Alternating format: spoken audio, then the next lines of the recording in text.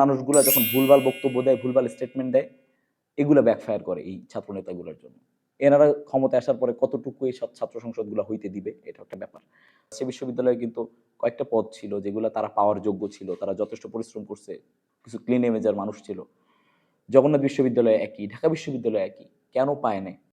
এই যে গণতন্ত্র যারা চায়, তাদের ভিতরেই সবথেকে বড় গণতন্ত্রের অভাব।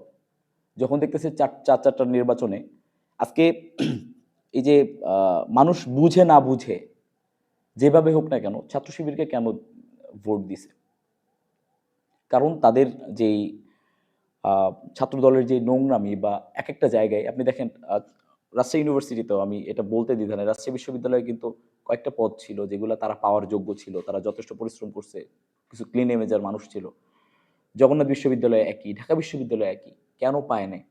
কারণ তাদের কেন্দ্রীয় নেতারা, তাদের এই যে মানে 10-15 বছর ধরে রাজনীতি করা এই মানুষগুলা যখন ভুলভাল বক্তব্য দেয়, ভুলভাল স্টেটমেন্ট দেয়, এগুলা ব্যাকফায়ার করে এই ছাত্র নেতাগুলোর জন্য।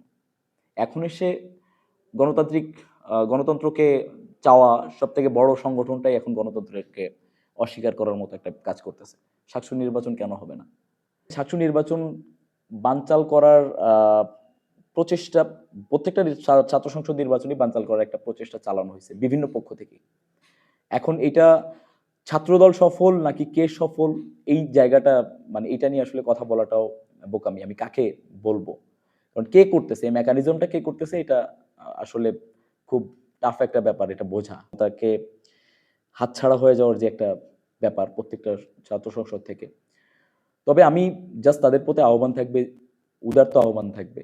তাদের রাজনীতি শুরুই হয়, আমার মনে হয় যে ছাত্রদলের কর্মী হওয়া শুরু হয় 25 বছর থেকে শুরু করে। সো এটাকে কমায়া 15 বছর থেকেই শুরু করা হোক।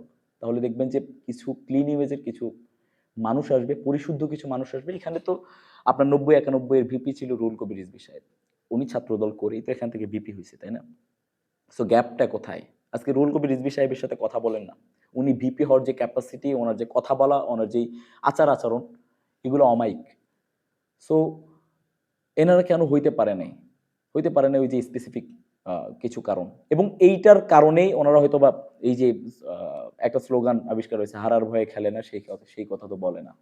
সো এই হারার ভয়ে না খেলার ব্যাপারটাই হচ্ছে আমার মনে হয় যে গণতন্ত্রটাকে এনারা ক্ষমতায় আসার পরে কতটুকু এই ছাত্র সংসদগুলো হইতে দিবে, এটা একটা ব্যাপার।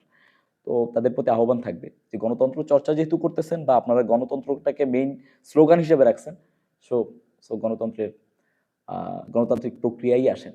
আদারওয়াইজ কিন্তু আবার সেই ফ্যাসিবাদী কাঠামোটাই ফিরে আসবে।